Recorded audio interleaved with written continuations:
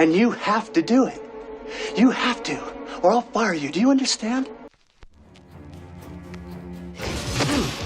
Vampire's Kiss. Strange stuff. Vampire's Kiss is a 1988 comedy horror film directed by Robert Bierman and starring Nicolas Cage, Jennifer Beals, and Maria Conchita Alonso. The film follows Peter Lowe, played by Nicolas Cage, a literary agent and a completely self-centered business bro asshole. One night during a one-night stand, Rachel, played by Jennifer Beals, bites Peter in the neck. After this, Peter increasingly believes that he is turning into a vampire. With his behavior and appearance changing, he antagonizes his secretary Alva, played by Maria Conchita Alonso, and he continues to lose his mind more and more as his vampirism takes effect. This is a very, very interesting movie, to say the least. It's a movie I can't quite wrap my head around with yet, and I completely understand why it has acquired a cult following over the years. On the one hand, this is a completely ridiculous movie that's way over the top due to Nicolas Cage's insane and maniacal performance. But on the other hand, this is a very dark movie thematically, and it tells a very tragic story that connects to a very real-life problem. But first thing first, let's talk about the performances.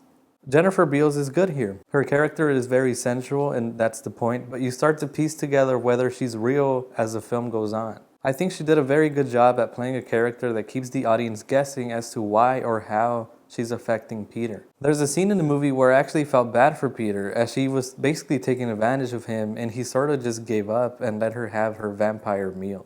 Maria Conchita Alonso was great. I recognize her from a few novelas and music that my mom would play around the house when I was younger. So it was really cool seeing her here in a very different environment.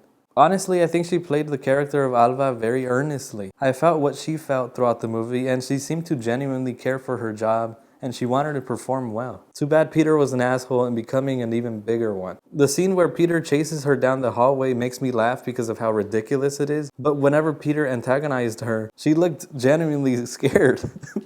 She played it very convincingly. Now let's talk about Nicolas Cage. He plays an absolute maniac. His performance is so ridiculous that it's hilarious. I was laughing throughout the whole movie up until like the last 10 or 15 minutes. Even his facial expressions made me laugh. He's so over the top here that not only do I understand the birth of this meme from this scene, but I also understand how people started seeing Nicolas Cage as a crazy actor in the first place. Also, what the hell was that accent he puts on here? Even his pronunciations are funny. Work's not just gonna go away, Alva. It never just goes away. All jokes and craziness aside, here also lies a very dark and tragic movie. The movie, I'm not sure if by choice or not, leaves the events that happen in the story pretty ambiguous, so we can interpret the film a few ways. This could be a movie about a man in a corporate position who becomes so corrupted by his lifestyle of drugs, sex, and power that his mental illness worsens to the point of developing some type of schizophrenia that makes him truly believe that he's becoming a vampire. This not only leads him to completely devote himself to finding love and the perfect woman, but murder a woman in public and rape his secretary and become completely lost in life, that it eventually leads to his brutal death.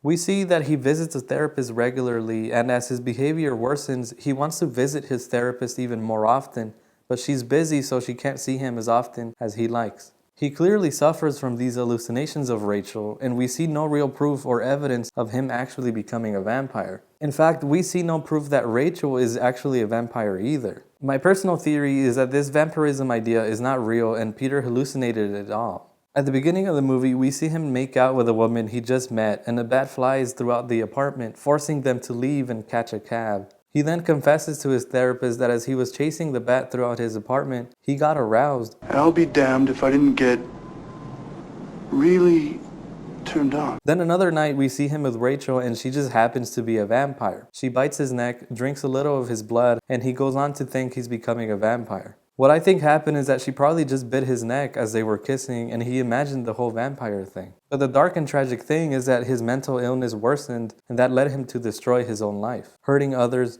losing his mind, and eventually his death. The movie has pacing issues and it obviously has tone issues. I think we as the viewer can't figure out if this movie is meant to be funny or is it more of a dark allegory with some powerful social commentary on mental illness, corporate corruption, and even homelessness. I think that's why it has become such a cult classic over the years. Well, that and Nicolas Cage's insane performance. I think Vampire's Kiss could be a great movie, to be honest. I think it has a lot of potential if done right. Very rarely do I say this, but if this movie ever gets remade, I think they could do something with it. By the way, I think if this movie was playing in a movie theater, it would make a perfect double feature with American Psycho. I don't know why, but it gave me a similar vibe. I would give Vampire's Kiss a 6.5 out of 10. But what do you think about the movie? Have you seen it? What did you think of Nicolas Cage's performance? Leave it in the comments. And alright, yeah, that's the end of the video. Goodbye.